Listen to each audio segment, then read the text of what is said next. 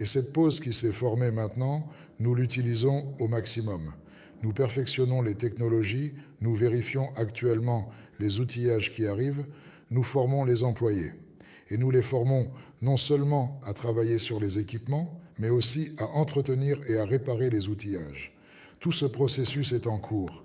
Et au final, le résultat de ce processus est le remplissage de l'entrepôt avec des composants. Parce que, contrairement aux assemblages classiques en grandes unités, notre produit est entièrement le nôtre. C'est pourquoi on ne peut commencer l'assemblage que lorsque tout, jusqu'à la dernière petite vis, se trouve en quantité suffisante. Dans l'entrepôt de stockage. Pourquoi? Parce que nous allons mobiliser des personnes pour l'assemblage. S'il manque ne serait-ce qu'un seul boulon, le produit ne peut pas être assemblé. En conséquence, l'assemblage sera arrêté. Et alors, les gens vont-ils traîner sans rien faire ou faudra-t-il les envoyer chasser la poussière? Eh bien, ici, tout est en ordre. Vous avez parfaitement vu que tout est en ordre chez nous. On a déjà terminé les derniers détails du nettoyage des locaux, car au 3e étage, on a enlevé la saleté, les déchets, la poussière qui restait, après la construction des réseaux techniques. Ensuite, madame, on a lavé les murs, les sols, on a tout nettoyé. Tout a été nettoyé. Le bâtiment est propre et prêt à fonctionner. Donc, je le répète encore une fois, nous ne perdons pas de temps. Le fait que, par exemple, nous ne soyons pas encore mis en service, cela empêche la réalisation ou la production du produit. Eh bien, nous comprenons aussi parfaitement les conséquences de telles actions et nous prenons des contre-mesures.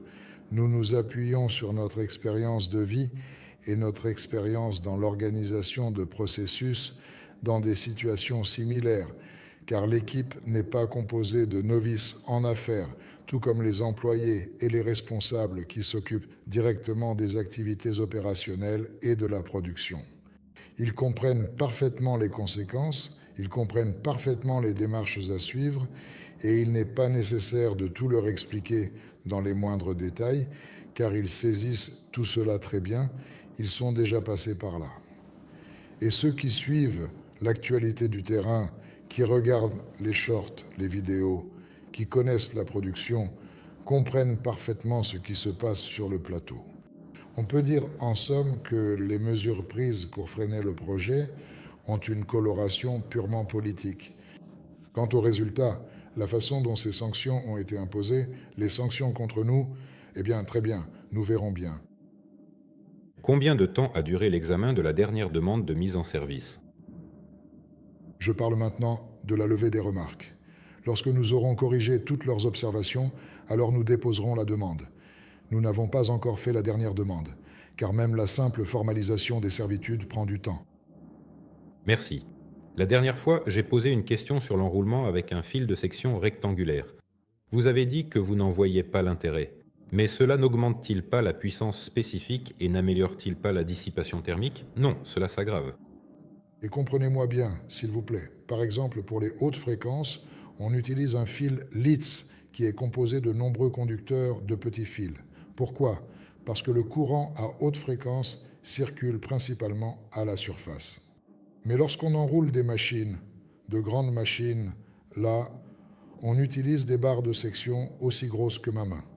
On pense alors que cela va bien fonctionner, que tout va se passer correctement. Eh bien, en termes de stabilité mécanique, peut-être. Mais lorsque vous commencez à examiner réellement les processus qui se produisent dans ces barres, lorsque le courant est repoussé, ou plutôt lorsque le champ de déplacement et les champs de dispersion enveloppent ce conducteur rectangulaire et l'enferment, cela crée, disons, une opposition locale, par exemple sur une certaine section, et qu'il commence à s'y opposer, tout devient un peu différent de ce que l'on imagine en regardant une belle illustration et en se disant « Oui, ici, le coefficient de remplissage de la gorge en cuivre, oh, la gorge est remplie, tout est parfait, tout va bien ici. » Mais lorsque tu observes la réalité de ce qui se passe dans cette gorge, tu commences à comprendre que tout n'est pas aussi beau qu'il n'y paraît. Collègues, c'est pourquoi je ne veux pas entrer dans des explications trop approfondies de ces processus, mais croyez-moi, beaucoup, suivant nos recommandations, ont commencé à bobiner les enroulements, non pas avec un seul fil, mais avec plusieurs conducteurs, 4, 5 conducteurs. Et ils ont commencé à remarquer les résultats. Quels types de moteurs asynchrones sont les plus produits dans le monde et dans quel secteur? Ce sont principalement les moteurs à usage industriel général qui sont produits en plus grande quantité. Nous avons commandé une analyse des marchés et des volumes de production et nous disposons d'un rapport statistique. C'est pourquoi, en général, les moteurs asynchrones les plus rentables, si l'on regarde bien, sont ceux dont la hauteur d'axe de rotation est de 132, 160, 200 mm, 180. Pour ceux avec une plus grande hauteur d'axe de rotation, il faut examiner de plus près, car la fabrication devient plus complexe. Plus la taille du moteur est grande, plus la production est difficile. C'est pourquoi ces dimensions sont les plus rentables. Pour les moteurs de taille 56, il faut en produire énormément pour qu'ils deviennent rentables. Il existe donc tout un ensemble de corrélations. Mais néanmoins, actuellement, par exemple, la demande pour les quadricoptères concerne les moteurs BLDC. Bien que nous ayons envisagé pour une utilisation dans des quadricoptères de classe lourde, ceux que nous avons récemment fabriqués sur une plaque pour meuleuse d'angle, en même temps, nous testons actuellement dans ces mêmes dimensions de plaques des moteurs à 36 pôles.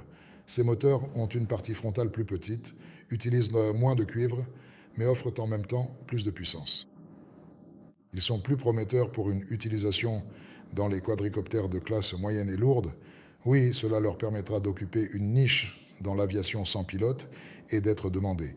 Parce que les BLDC, c'est tout de même la Chine, ce sont tout de même les terres rares, les aimants et d'autres désagréments. Ici, en revanche, il s'agit de cuivre et d'aluminium, d'acier électrotechnique. Le cuivre est ici, l'aluminium est ici. L'acier électrotechnique, eh bien, passe aussi par la Chine, mais il y a aussi le combinat métallurgique de Moldavie. Merci. Comment et de quelle manière les investisseurs peuvent-ils vous aider à ce stade et après la mise en service? Investir. Comme on dit, que peut-on faire d'autre ici? Parce que, eh bien, quand le paradoxe surviendra, il faudra s'occuper de la commercialisation là-bas.